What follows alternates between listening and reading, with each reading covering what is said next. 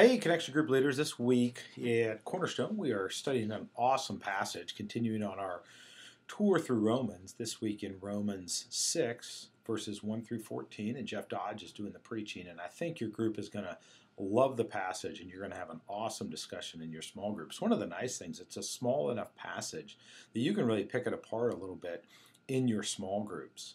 Paul talks a lot about sin in this passage in Romans 6. All through Romans 6, and particularly in 1 through 14 here. For example, he starts by saying in chapter 1, what should we say then? Should we continue in sin so that grace may multiply? Absolutely not. And then later in verse 6, one of the kind of hinge verses, the key verses of this paragraph, he says, for we know that our old self was crucified with him in order that sin's dominion over the body may be abolished, so that we may no longer be enslaved to sin. I want you to remember as we study this part of Romans 6 that in this part of Romans, this is still part of Paul's theological explanation of the gospel. Paul's main point here is not to tell them how to behave. His main point is to explain their new relationship to sin as believers. Now, it really makes sense that he would have to do that. Paul just told them that they were depraved and sinful in chapters 1 through 3. However, God saved them from that through Christ's death on the cross. So despite their sinfulness, they were saved. Well, then it makes sense for them to ask, well, then sin doesn't matter? And in this chapter, Paul teaches that sin does matter. But really the news is still good. Where we misuse this scripture, where we can get in trouble and misuse Romans 6, is when we say, what Romans 6 is trying to tell us is, if you keep on sinning, you must not really be a Christian. That's not Paul's point at all. In fact, since Paul knows that they could keep sinning, that's why he's clear to tell them not to do it. Paul knows, for example, that it could be possible for them to keep obeying the desires of sin, and that's why he tells them very specifically in verse 10 or 11 or 12 not to do that. And the way they're going to do that, the way they're going to not keep obeying the desires of sin, is that they're going to understand correctly their new relationship to sin. Now that they have been saved from the condemnation that sin deserves, what then is their new relationship to sin? Paul wants them to understand that the gospel changes everything. In the last chapter, in chapter 5, we saw that the gospel puts them at peace with God. And in this chapter, in chapter 6, we're going to see that the gospel frees them from sin, frees them from the slavery of sin, and it's phenomenal new standing that they have in relationship to sin because of the gospel.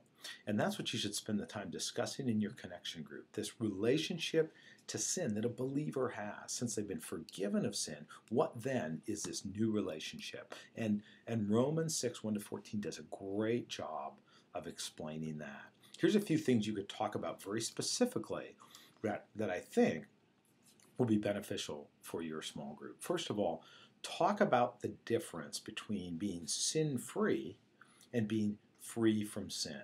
Because Romans 6 doesn't teach us that we're sin-free, but it does teach us that we're free from sin. And then secondly, discuss these phrases and ideas.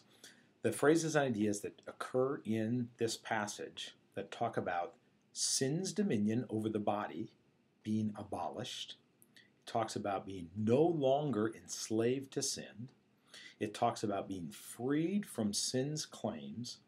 And it says that sin will not rule over you. So those four ideas are here in these 14 verses. Sin's dominion over the body would be abolished, that they would no longer be enslaved to sin, that they would be freed from sin's claims, and that sin would not rule over you or not rule over them.